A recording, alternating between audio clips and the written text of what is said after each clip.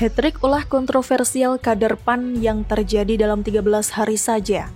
Ditulis oleh Widodo SP dari siwar.com.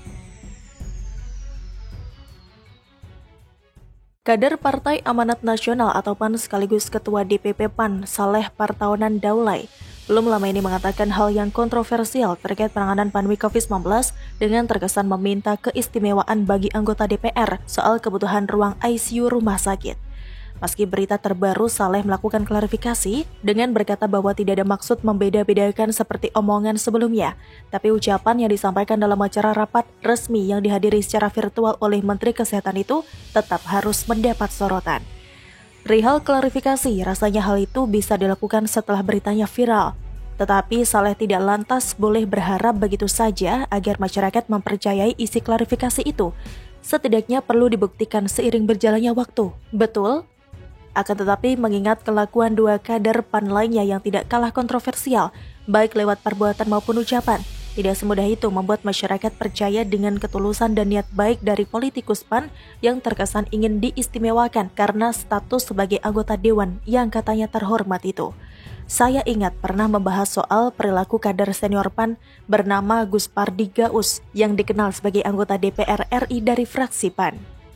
Orang ini tidak hanya dengan sengaja menolak melakukan isolasi mandiri karena baru pulang dari Kirgistan, tapi juga langsung menghadiri rapat bersama anggota DPR lain saat mereka membahas RUU Otsus Papua 1 Juli.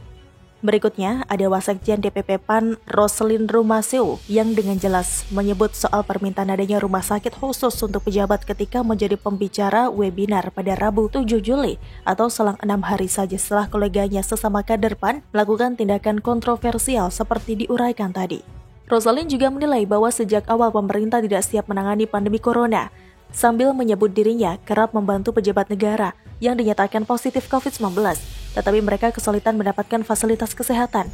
Pemikiran brilian Roslin menyebut pula bahwa para pejabat ini atau anggota dewan juga dinilai perlu diistimewakan karena memiliki tugas memikirkan negara dan rakyat. Kita senyumin saja kalimat yang terakhir ini, kalau si Waters sama ragunya dengan kalimat yang berlebihan itu. Terlebih, selanjutnya ada klarifikasi Irfan Herman selaku Wasekjen PAN bahwa pernyataan Roslin tersebut bersifat pribadi dan bukan sebagai kader PAN. Semakin membuat kita layak tertawa keras-keras karena topik ucapannya saja sudah mengarah pada jabatan politis sebagai anggota dewan. Pakai ngeles lagi. Nah, yang terbaru saya uraikan kemarin sore soal ucapan Saleh Partaunan Daulay selaku Ketua DPP PAN DPR yang sempat menuntut jangan sampai ada lagi anggota dewan yang tidak bisa mendapatkan ruang ICU di rumah sakit. Ucapan Saleh pun tidak disampaikan di warung angkringan atau warmindo sebagai obrolan ringan saja, tapi terlontar saat rapat Komisi 9 pada Selasa 13 Juli, seperti bisa si Waters saksikan di akun YouTube DPR RI. Sudah seharusnya kita dalam rapat resmi, setiap ucapan atau pernyataan dipikirkan terlebih dahulu, karena kalau sudah terlanjur muncrat tidak bisa ditarik lagi, meski masih bisa diklarifikasi. Bila perlu dilakukan di pengadilan biar lebih seru, betul? Silakan simak berita dan kronologi selengkapnya dari sumber berita di bagian akhir tulisan ini. Terus, jika dicermati dari kronologis terjadinya, perilaku kontroversial 3 kader PAN tadi hanya terjadi dalam kurun waktu 13 hari, tepatnya antara 1-13 Juli 2021. Mengejutkan atau biasa saja? Entah kebetulan atau disengaja, kita tidak tahu persis. Sebaiknya kita tidak suuzon dulu, meski tidak bisa menepis atau melarang kalau ada masyarakat berpikiran ada indikasi disengaja. Kecuali Gus Pardi, saya melihat ucapan Roslin dan Saleh sebagai reaksi responsif saja sih. Karena mendapati kenyataan ada kolega dan keluarga harus berpulang di tengah kondisi rumah sakit yang terbilang full booked di mana-mana, yang berpadu dengan kebiasaan minta diistimewakan, seperti anggapan yang sudah terlanjur ada di benak masyarakat awam. Bagaimana menurut Anda soal 3 perilaku dari kader PAN di atas? 3 kali alias hat-trick dalam 13 hari saja. Kalau boleh saya pinjam istilah sepak bola. Kira-kira tindakan mereka spontan atau disengaja nih? Begitulah kura-kura. Bagaimana menurut Anda?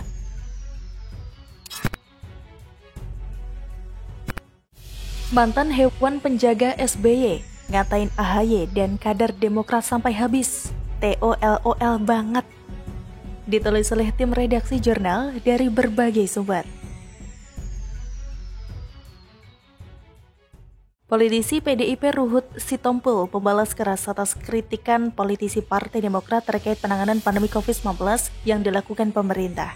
Ia mengatakan jika politisi Demokrat yang marah akan cuitannya kelihatan telat mikir. Bahkan pria yang sempat mengaku dirinya sebagai anjing penjaga mantan Ketua Umum Demokrat Susilo Bambang Yudhoyono atau SBY ini menyerang kader mantan partainya itu dengan sebutan TOLOL. Kata Ruhut dalam akun Twitternya, Partai Demokrat pada marah nih karena aku katakan TOLOL, hahaha, TOLOL banget. Kasih contohnya, sekolah naik kelas dan tinggal kelas sih kelihatannya, tell me, telat mikir. Gimana mau capres atau wapres, sudahlah baik-baik saja duduk di boncengan, jangan nyinyir. Diketahui sebelumnya Waketum Partai Demokrat Edi Baskoro Yudhoyono atau Ibas mengatakan bahwa pemerintah terlihat tidak berdaya dalam menanggapi pandemi COVID-19 ini. Menurutnya, hal tersebut menunjukkan bahwa pemerintah lemah dalam mengambil langkah-langkah antisipasi. Wah, saya sedih dan prihatin dengan komentar yang tidak membuat rakyat semangat seperti ini. Justru malah membuat komentar yang menimbulkan kontraproduktif dan energi negatif. Sebagai sebuah negara besar atau negara manapun berbeda pendapat dibolehkan. Bahkan di negara maju, oposisi dibutuhkan dalam rangka mengawal pembangunan agar terwujud cita-cita bangsa. Di negara maju manapun, ketika sudah ada musuh dalam peperangan, mereka satu padu untuk melawan musuh. Saat ini kita mengalami gejolak bencana kemanusiaan yang luar biasa. Kita sedang menghadapi musuh besar, bencana kemanusiaan. Jika hanya bisa berkomentar, berkomentarlah yang sejuk untuk membangun energi positif, sehingga bisa diikuti oleh para pengikut, para pendukung, dan siapapun. Kasus tabung oksigen ini menurutnya merupakan presiden buruk. Hal ini memperlihatkan bahwa pemerintah seolah-olah kurang sigap mempersiapkan kebutuhan untuk menjawab gejala-gejala yang muncul sebelumnya. Ibas mungkin kurang pengetahuan khusus tentang tabung oksigen. Pemerintah Indonesia mengirimkan bantuan tabung oksigen ke India ketika kasus positif COVID-19 di Indonesia masih terkendali. Indonesia mengirimkan bantuan ke India, bukan sekarang ini di mana Indonesia sedang berjibaku melawan lonjakan COVID-19. Pernyataan Ibas ini seolah menggambarkan Partai Demokrat memanfaatkan situasi untuk mencari muka kepada masyarakat, seolah Partai Demokrat merupakan pihak yang paling tahu jalan keluar dari kasus COVID-19 sekarang ini. Padahal tentu masyarakat sangat tahu bahwa pihak pemerintah yang paling tahu bagaimana kondisi sesungguhnya sekarang ini. Sedangkan Ibas dan Partai Demokrat tidak terdengar bagaimana tindakannya, bagaimana partisipasinya dalam upaya menekan penyebaran COVID-19. Bahkan, Ibas sendiri terindikasi jarang menghadiri rapat, baik virtual maupun secara fisik. Setidaknya ada 2 kolega Ibas di Komisi 6 yang menyinggung soal absensi, salah satunya Andre Rosiade, satu lagi Ahmad Baidowi. Andre menyarankan Ibas memberikan kontribusi nyata dengan hadir dalam rapat Komisi 6, baik secara fisik maupun virtual. Menurut Andre, ada banyak hal yang bisa dibahas oleh Ibas dalam rapat sesuai dengan tugas pokok dan fungsi Komisi 6. Yah, ketahuan deh. Ketahuan juga kalau nggak punya muka. Di lingkup partai sendiri saja masih jarang menghadiri rapat, sok-sokan mengkritik kinerja Jokowi yang mana sudah benar-benar nyata kerjanya. Sampai-sampai harus double kerjaan seorang gubernur yang entah nggak benar kerjanya. Udahlah, urusin saja partaimu, kembangin lagi, dan berkontribusilah dengan benar. Jangan mentang-mentang anak mantan presiden dan ketum partai, jadi senak jidat nyablak sana sini, nyari muka guna mendompleng elektabilitas partainya. Nggak tahu malu lu, dasar. Bagaimana menurut Anda?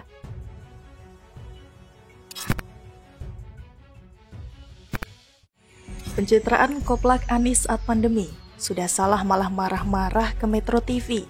Ditulis oleh Mr_Snaibaho dari siwar.com. Di awal kampanye Pilgub DKI 2017 lalu, Anies selalu berkampanye tidak akan marah-marah seperti Ahok yang digambarkan Anies suka marah-marah. Namun, buah kemarahan Ahok sangat bermakna sekali ketika mengurus DKI Jakarta.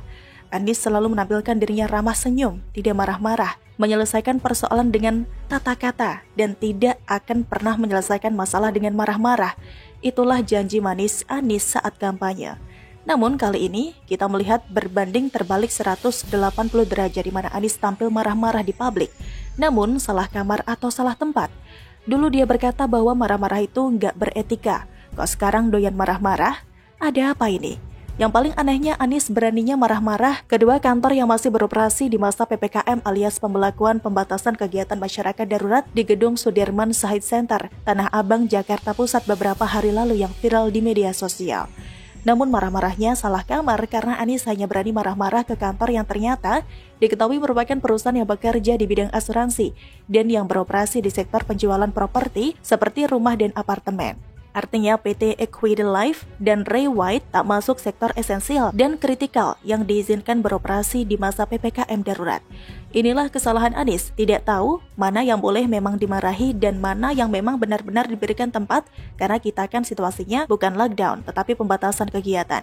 Sehingga Anies itu akan benar kalau sidak ke pasar-pasar atau ke tempat-tempat keramaian. Sementara di dua kantor yang dimarahi Anies tampak tidak ramai dan jelas penerapan protokol kesehatannya, bukan? Yang lucunya lagi ketika Gubernur DKI Jakarta Anies Rashid Baswedan marah-marah ketika pembawa acara berita Metro TV mewawancarai Anies secara langsung soal sidak yang dilakukannya pada masa pembelakuan pembatasan kegiatan masyarakat atau PPKM darurat. Dosen Universitas Indonesia Ade Armando dalam akun Facebook pada Jumat 9 Juli 2021 membagikan video ketika Anies diwawancarai oleh Metro TV. Saat host Metro TV menanyakan kepada Anies soal sidak di kantor PT Equity Life Indonesia, Anies merespons agak naik. Dari pihak merasa Anda sudah melakukan tindakan, ada proses pidana yang berjalan, proses hukum yang berjalan. Ini pendidikan publik, kemudian perusahaan jiwa yang Anda sidak kemarin mengatakan justru tidak ada pelanggaran yang mereka lakukan.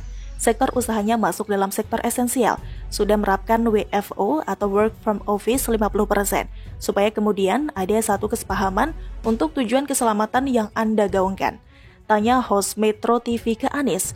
Anies pun langsung menjawab pertanyaan itu dan ia malah mempersilahkan Metro TV membela perusahaan tersebut. Silakan mengadu ke pengadilan, ada PT-UN atau Pengadilan Tata Usaha Negara, silakan diproses. Dan silakan bila Metro mengambil sikap membela kepada mereka yang membahayakan keselamatan sesama, kata dia. Tapi saya menggarisbawahi bahwa sikap kami untuk melindungi setiap warga Jakarta, setiap warga Indonesia. Bila langkah yang kita lakukan tidak benar, ajukan ke PT-UN. Kami siap menghadapi. Kami akan tegaskan bahwasanya seluruh langkah untuk melindungi setiap warga Indonesia, sambungnya. Ade Armando kemudian ikut mengomentari sikap Anies tersebut. Gubernur ini sakit hati ya.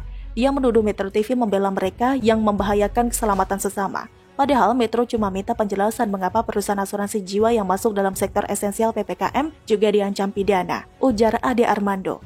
Dari pihak merasa Anda sudah melakukan tindakan, ada proses pidana yang berjalan, proses hukum yang berjalan. Ini pendidikan publik. Kemudian perusahaan jiwa yang Anda sidak kemarin mengatakan justru tidak ada pelanggaran yang mereka lakukan. Sektor usahanya masuk dalam sektor esensial, sudah menerapkan WFO atau Work from Office 50%, supaya kemudian ada satu kesepahaman untuk tujuan keselamatan yang Anda gaungkan. Tanya host Metro TV ke Anies. Anies pun langsung menjawab pertanyaan itu dan dia malah mempersilahkan Metro TV membela perusahaan tersebut. Silakan mengadu ke pengadilan, ada PT-UN atau Pengadilan Tata Usaha Negara, silahkan diproses. Dan silakan bila Metro mengambil sikap membela kepada mereka yang membahayakan keselamatan sesama, kata dia. Tapi saya menggarisbawahi bahwa sikap kami untuk melindungi setiap warga Jakarta, setiap warga Indonesia. Bila langkah yang kita lakukan tidak benar, ajukan ke PT-UN. Kami siap menghadapi. Kami akan tegaskan bahwasanya seluruh langkah untuk melindungi setiap warga Indonesia, sambungnya. Sekarang terlihat dengan jelas bagaimana wujud asli Anies mencoba marah-marah mau nunjukin ketegasannya, malah salah kamar dan ketika diajak berargumentasi oleh hostnya Metro TV, Anies malah marah-marah lagi karena terjebak karena hostnya Metro TV lebih pintar dalam mengorek dan menjebak Anies oleh keputusannya dalam marah-marah itu. Jadi tampak jelas sekarang kebodohan Anies, bukan? Bagaimana menurut Anda?